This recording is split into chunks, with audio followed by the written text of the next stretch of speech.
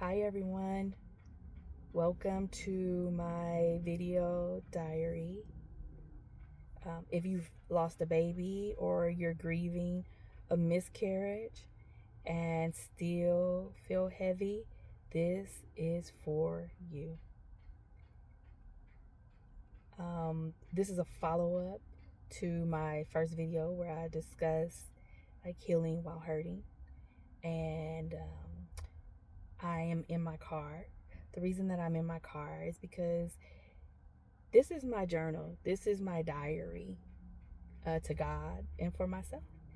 And when I'm journaling, when I'm writing my diary, when I'm expressing myself with God and really having conversations, it's usually always in very small spaces, either my car, a closet, the restroom, because maybe I feel closer. I don't know. I feel like I just download so much. So that's why I'm in my car. But I also wanted to do it in my car at this time because I feel like this is when my grief speaks to me the most. This is usually where it starts to set in. I start to just really feel it. And so like this is when I want to speak to my grief. And this is also me speaking to God. Now what I'm sharing with you is my journal. Writing that I wrote. I've prayed about this. This has been going on for weeks since my first video. I have like, God, what do you want me to say? What am I called to say? Because I don't feel qualified for this. And it took a while and it was okay. I wasn't I felt a lot that I'm gonna discuss with you. Um, but it was definitely an experience, and I think I've never, as much as I've spent time with God, I've never diligently and intentionally prayed and really processed and waited until he told me to really share this with you. And I'm so excited because I've never done this ever in my life. And this was the first time I actually just like, okay, God, I'm waiting till I can do it, right? I'm not trying to force this because this is not about perfection. This is not about performance. This is what's happening with me. Like I'm really, healing through this process. And so, when we meet up and it connects and it aligns, like I'm gonna go forth. And it was a lot of praying. It was a lot of talking to get to the second video. So I want to talk to you for a minute, not as someone who has healed, but as someone who's still walking through it. After I shared my miscarriage, the grief didn't go away. If I'm being honest, it felt heavier. But at the same time, there was this quiet peace with and from God. And I don't know if that makes sense, but it was. It was like I was peaceful with him in our prayers, in our, you know, talks with each other when I was walking the dogs. It was like a peace with him, but I also received a peace from him. A peace when I couldn't film the second video. There was no pressure on me. There wasn't this feeling of like, if I'm not doing this, then I'm not obedient and I'm hurting, because I was actually in spaces I didn't have the capacity. My grief was actually so strong, and it has its ups and downs where moving off the couch takes prayer. It really does. Moving off the couch takes prayer. Talking on the phone takes prayer. It takes a lot of talking and help to get there, because I just don't have the capacity. I'm literally at capacity zero. And so sorry about that. Please forgive me. And so walking into that, into like a second video, it took a while, but there was no pressure. And so I'm gonna get back to my journaling, but I had to explain that to you guys. There was like this peace from God. It wasn't relief. It wasn't answers. It was just peace. I felt like I had done what I was asked to do, but I also felt like I didn't do it in the way that I was expected to do it. I thought sharing would bring this exuberant feeling like completion, like something would finally settle in my heart. But instead, it felt like a beginning, a new beginning I wasn't prepared for. Almost like once I said yes, there was this suddenly and expectation I didn't feel ready to meet. I questioned it. Did God really call me to do this? Like, did you really call me, God? Did I hear wrong? And why would you call me to do something that I'm not prepared for? And I not just feel unqualified for, I'm really just not prepared for this. I don't have the capacity. Why would you call me to do this in this season, in this moment, at this time? I didn't understand it. Because everything feels heavy. Everything feels like a task. Everything feels like an expectation that I cannot meet. So why would you call me to this right now, God? But what I began to slowly realize is that this wasn't a task. This was obedience. And obedience isn't pressure. Obedience isn't task. Obedience is actually freedom. It's freedom from everything. It's like in my obedience, I'm actually free. So it's like that freedom that the Bible actually talks about, the freedom in Christ Jesus, right? It's like a freedom where everything suddenly feels easy, but a freedom where I'm no longer pretending to be okay or striving to hold myself together. It's the freedom to tell the truth, the freedom to obey without needing to feel ready, the freedom to show up as I am, not as who I think I'm supposed to be. And that freedom exists in what I'm learning to call like a holy tension. So it's this space where God is asking me to be obedient. I don't feel prepared. I don't feel qualified. But the tension is not heavy. It's like a positive tension. It's me doing something that I'm not used to doing. But what was better about the tension and what's getting better about the tension is that there's healing behind it.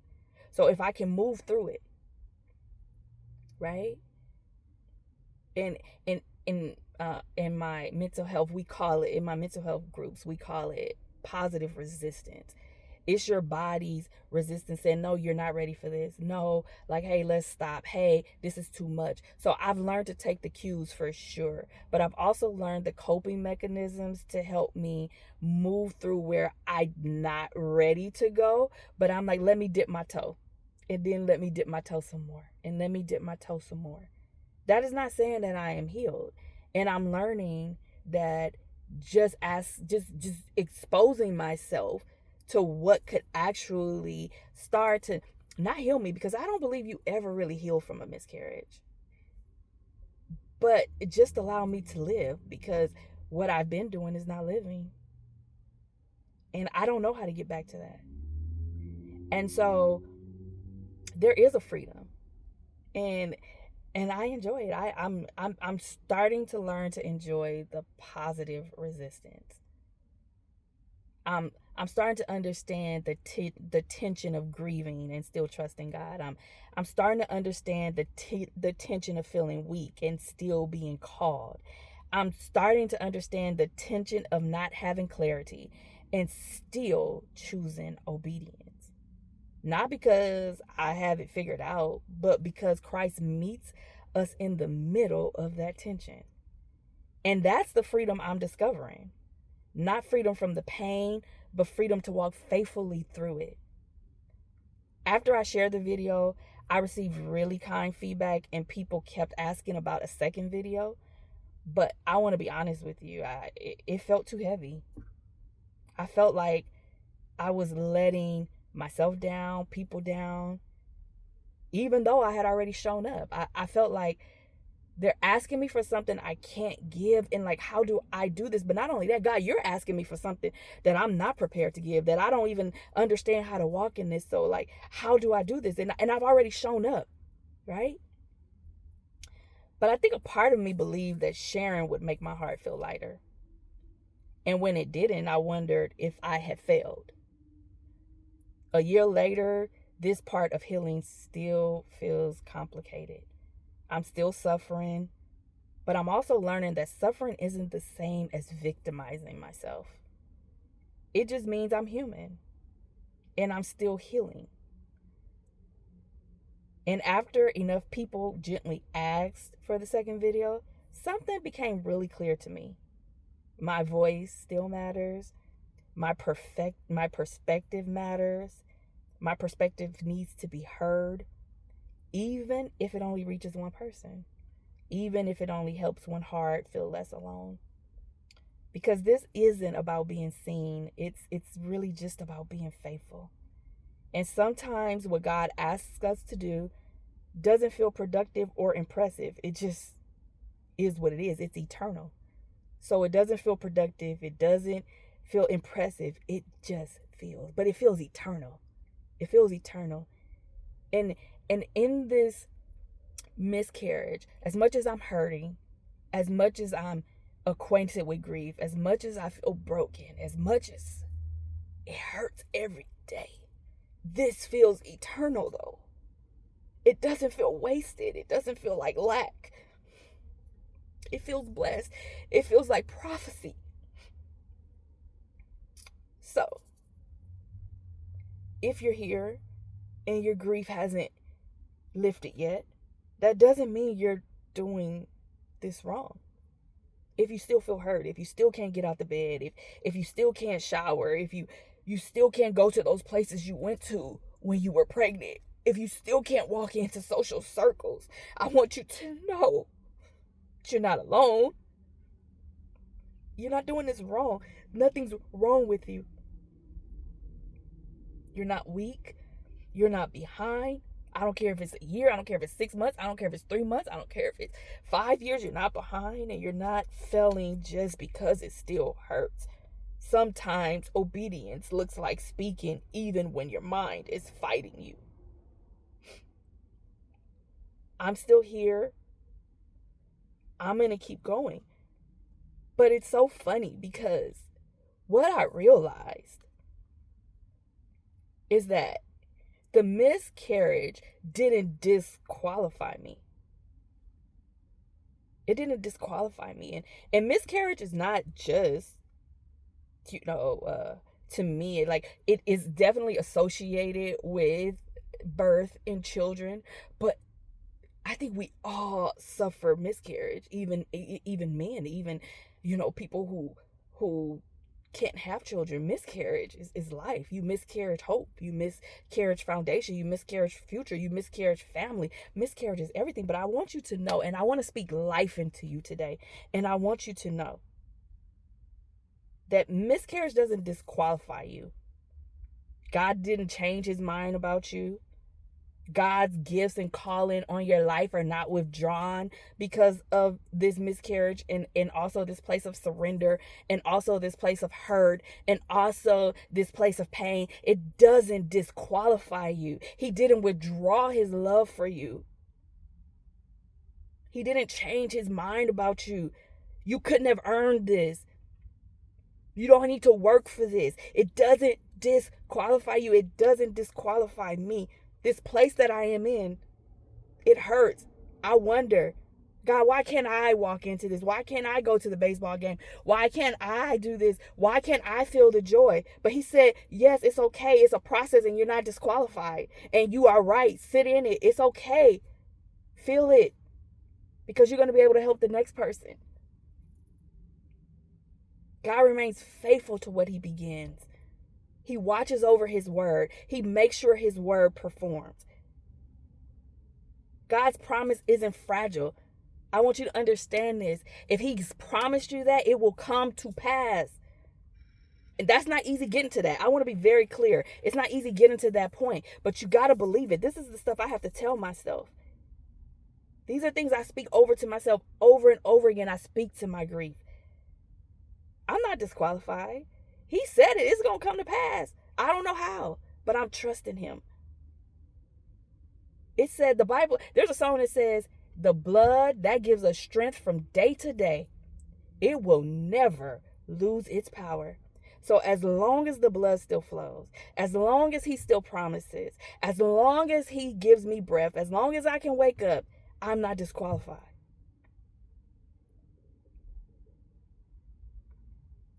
Loss does not outrank God's purpose. It doesn't. Loss doesn't outrank God's purpose for your life. You lost something. You miscarried something. It doesn't outrank who God called you to be, though. God says, I still have a purpose for you. Even in this, are you going to trust me with this? Are you still going to walk that purpose out?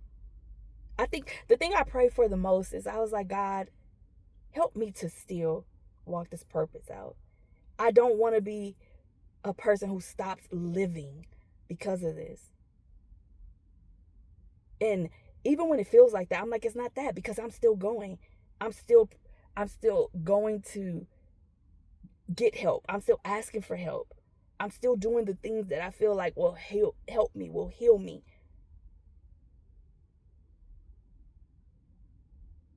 So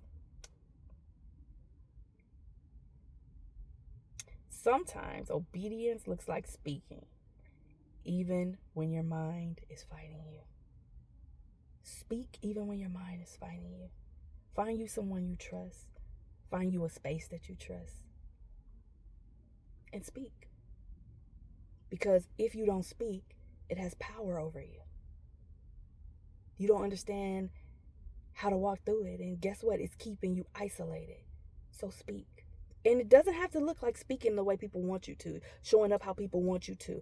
It means getting into spaces with community that you can speak into, that are trustworthy, that are soft enough, that are loving enough, that are inviting enough, that there's healing there, not judgment.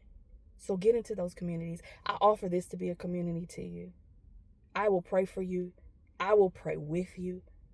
I will walk this out even while I am healing.